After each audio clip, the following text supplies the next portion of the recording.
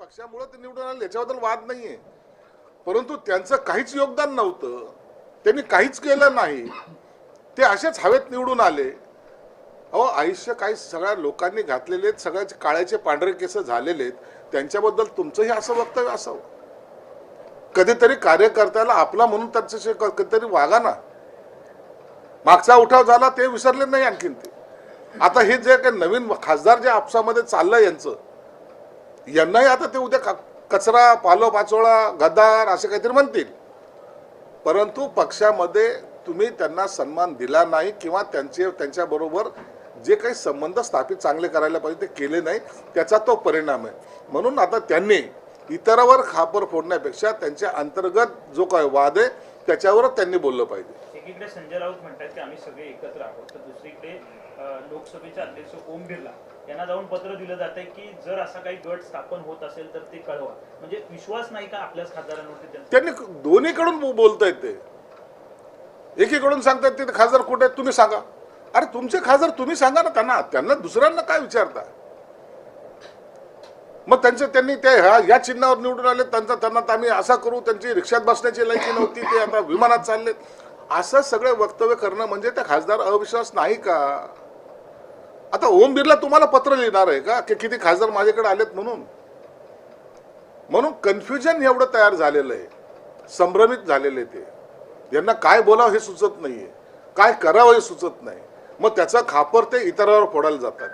उगाच तरी इतरांवर आरोप करून स्वतःची कातडी बचावाचं धोरण हे उबाटाचे लोक आता करतात. सत्ताधारी नेत्यांकडनं कुठेतरी 50 कोटी रुपयांचा पुन्हा एकदा या खासदारांना लाच देण्याच्या गोष्टी होत आहेत. त्याचे ऍडव्हान्स म्हणून 15 कोटी दिल्याचं देखील बोललं जात आहे. कुठेतरी ही बेईमानी आहे, पक्षाशी, बाळासाहेबांशी, शिवसेनेशी ही खपवून घेतली जाणार नाही असा इशारा. आता यांच्याकडे दुसरं कोणतेही आरोप करायला जागा नाहीये.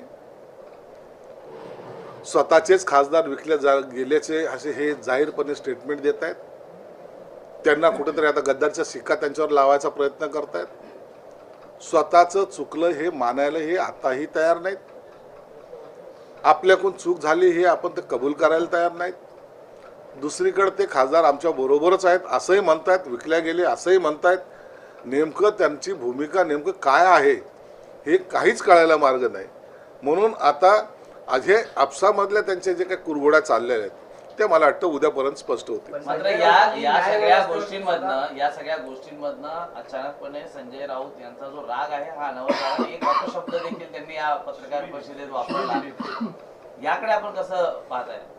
आता तुम्ही जर पाहिलं पत्रकार परिषद चालू असताना त्यांच्या खासदाराबद्दल त्यांनी जी काही शिवी वापरली याचा अर्थ काय होतो? त्यांचे खासदार त्यांच्या बरोबर आहेत, हे का गेले आता त्याचं कारण तुम्हाला कळालं. तुम्ही खासदाराला कार्यकर्ते किंवा सहकारी म्हणून समजले नाही तर त्यांना तुम्ही गुलाम समजलेले आहात आणि त्या गुलामाबद्दलचे तुम्ही काढलेले ते उद्गार असं त्याला म्हणावं लागेल ना. म्हणून जे स्वाभिमानी आहेत त्यांनी त्यांच्या विरोधात बोलायला सुरुवात केली आणि त्याचा परिणाम आता त्यांना जाणवायला लागलेला आहे. पण आम्ही आता संजय राऊतांनी न्याय व्यवस्थेवरती सुद्धा प्रश्न निर्माण केले. जर स्वतःच्या बाजूनं निकाल लावून घ्यायचा असेल तर आमच्यात या अशा पद्धतीनं त्यांनी न्याय व्यवस्थेवरतीच प्रश्न निर्माण केले. हे बघा, आम्ही याच्यावर काहीच बोलणार नाही. आम्ही त्या ऑपरेशन टायगरशी आमचा काही संबंध नाही. आमचा कोणत्याही त्यांच्या प्रेसमध्ये त्यांच्या पक्षामध्ये काय चाललं त्याच्याशी आमचा काही संबंध नाही.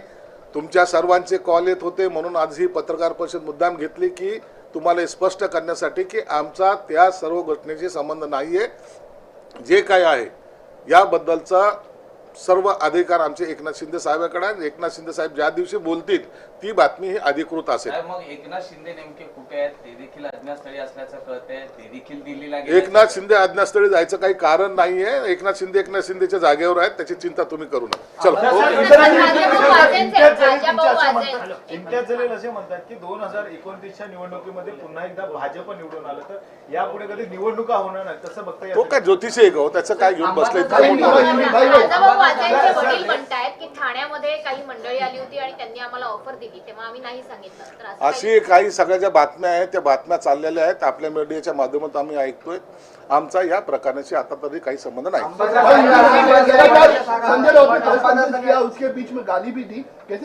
संजय राउत ये सब बौखला गए लोग हैं. एक तरफ से हमारे खासदार हमारे एमपी फुटे ने ऐसा कहते हैं, एक तरफ से उनको गाली देते हैं, कभी बोलते वो बीके गए। ये सब जो बातें उनकी अंदरूनी बातें हैं, हमको उनसे कोई लेन देन नहीं है। आप लोगों के जो हमें बार बार जो हमें कॉल आ रहे थे, इसलिए हम बता दे रहे हैं कि ये ऑपरेशन टाइगर वगैरह वो उनके हद तक उन्होंने क्या सोचा मालूम नहीं, लेकिन उनके आपस में जो बिगड़ती हुई परिस्थिति है वो आपके सामने आ रही। अभी पता नहीं कल क्या होगा, ये हमें भी पता नहीं है। कल के बाद वो सभी परिस्थिति खुले दौर पे सामने आने वाली है। 15 करोड़ का आरोप लगा रहे हैं कि 15 करोड़ रुपए अरे संजय राउत तो किसके ऊपर क्या कुछ भी आरोप लगा सकता है, उसका मानसिक संतुलन ठीक नहीं है। वो क्या बोलता है उसको खुद को भी मालूम नहीं। ओम बिरला जी को लेटर और देगा वो उसके प्रोसीजर को करेगा, लेकिन उससे फिर से हम बता दे रहे कि हमारे में किसी को भी ये अधिकार नहीं है और हम कभी भी हम इस मामले में कोई भी इन्वॉल्व नहीं है। इसका जो भी है स्पष्टीकरण जब एकनाथ शिंदे साहब देंगे वही हमारा अंतिम फैसला होगा। संजय शिरसाट सारखे नमक हराम कोणी नाही असं दानवे म्हणताय. आताच नुकताच त्यांनी अंबादास दानवेंनी असं म्हटलंय की प्रतिक्रिया तुमच्या दिली. एवढी नमक हरामी कोणी केली नाही. आता ते काय झाले ना, ते आता हे सगळे तसे सगळे पागल झालेले लोक आहेत, याचे स्टेटमेंट असेच असणार.